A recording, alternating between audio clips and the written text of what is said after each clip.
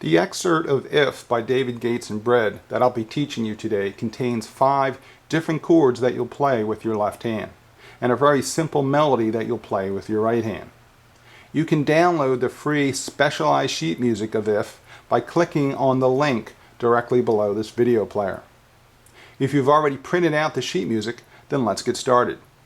Now, you may have noticed that the music looks very elementary, but I promise you, this is all you need to create a professional, full-sounding piano arrangement. It's very easy to do, and I'm going to show you how to do it in this short 10-minute video lesson.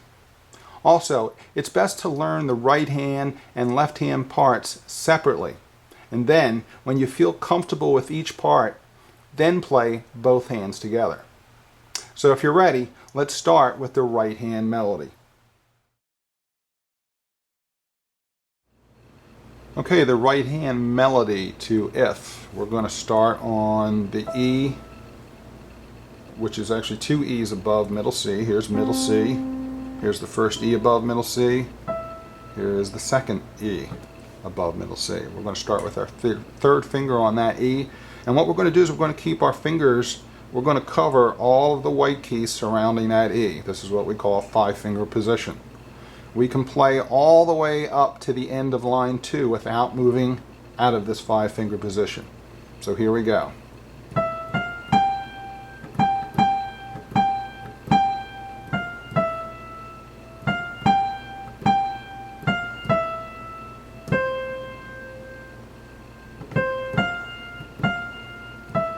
Now, I'm just getting ready to play that last note of line 2. Now, normally if I kept my hand in that 5-finger position, I would play it with my thumb. But what I'm going to do is I'm going to move my second finger over, play that last note of line 2. That's going to free up my thumb to be able to reach down to that G, which is the first melody note of line 3. Okay, so we play the G again. Now, we move up.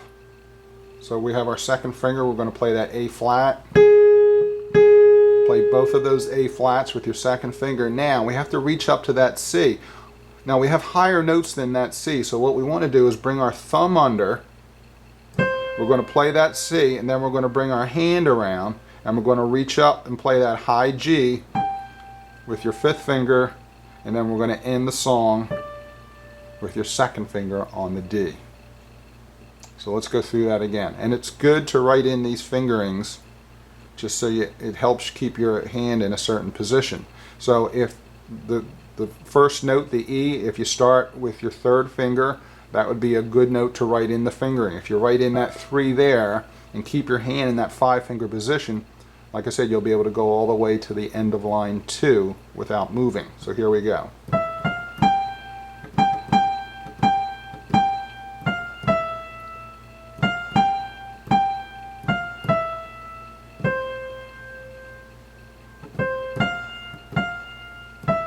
Okay, I'm getting ready to play that last note of line 2. So I'm going to move my second finger over on that C. So if you're writing in the fingering, mark a 2 over that C. That frees up the thumb to reach down to that low G. You can put a 1 there, but it's not really necessary. 2 on the A flat. You can write that in if you want, but the important one here is to write in the 1 over this next C, because that's going to tell you, that's going to be a reminder to bring your thumb under. Now, you're probably going to want to write in a 5 over the G, so you know to bring your whole hand around. Play that G with your 5. Now, you don't really have to write in 2 on the D, because that's just naturally going to land there. But you can if you want. If you're real new at this, it's not a bad idea. Okay. Watch this as many times as necessary, and I'll see you on the next part.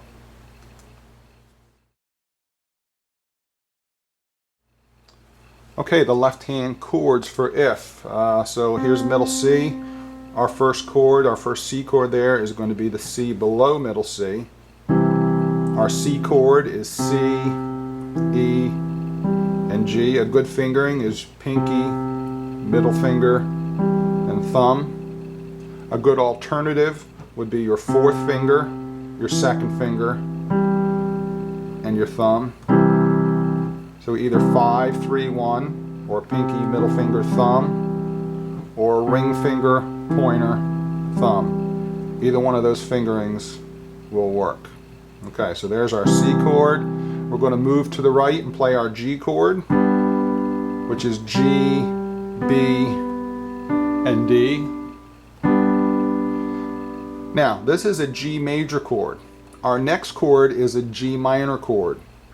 Without getting into a whole lot of explanation about major and minor chords, to make our G major a minor chord, all we have to do is take the middle note and lower it down to that black key, which is a B flat. So a G minor chord is G, B flat, and D.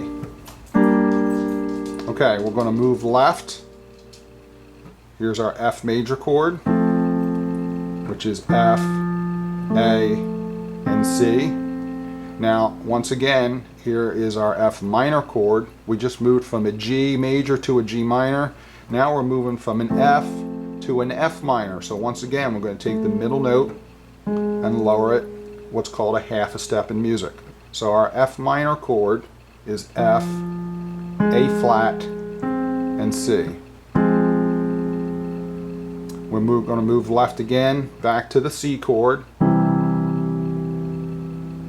We're going to move right again back to the chord we just came from, F minor, F, A flat, and C. And feel free to write in these notes above the chord symbols. It's just a good reminder. So F minor again is F, A flat, and C. And then the last chord of this short excerpt is G major, which is G, B, and D. Okay, so practice them separately. Feel free to replay this part as many times as necessary. Get comfortable with the left hand chords and the right hand melody separately, and when you feel comfortable, then you can move on to the next section where I'll play both hands together.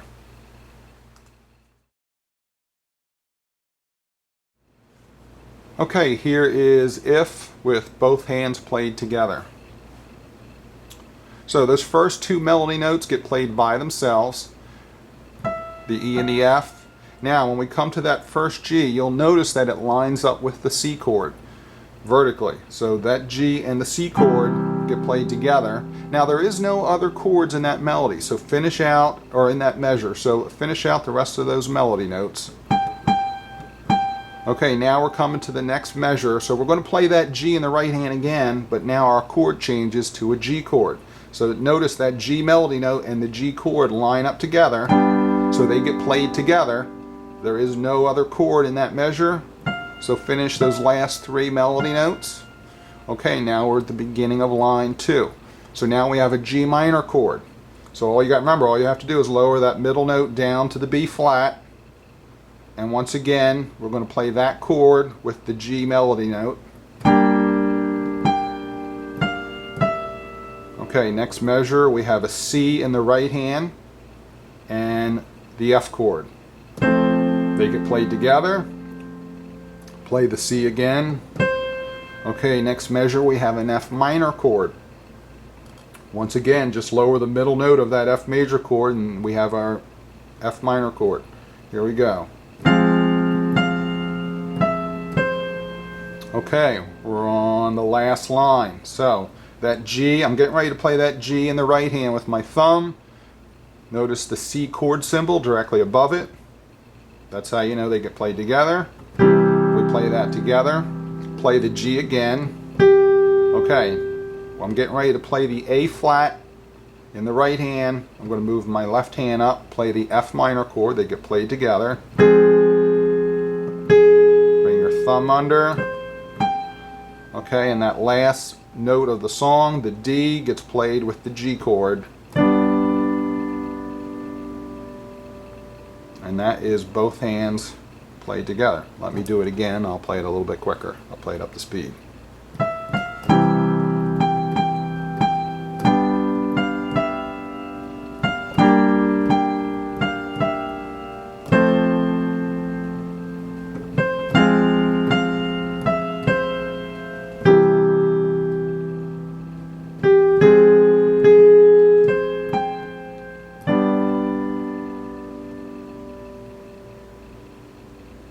Well, I hope you've enjoyed this piano tutorial. Please feel free to replay this video as many times as necessary. My name is Guy Fawkes, and this is EasyChordPianoLessons.com.